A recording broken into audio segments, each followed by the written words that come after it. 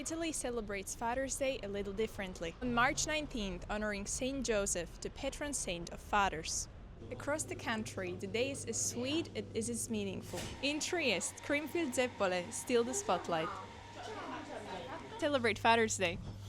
With a simple gift to my father. Actually, usually it's just a small, it's a simple mindful object that has to do. It's just like a birthday gift, something that I know he appreciates, something I remember he likes.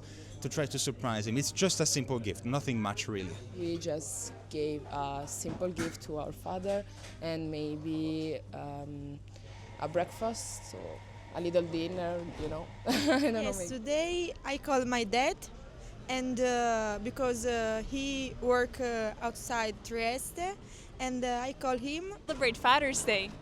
Actually, we don't celebrate Father's Day. Maybe I call my dad, but we don't celebrate. Mio padre non c'è più, però gli porto un fiore.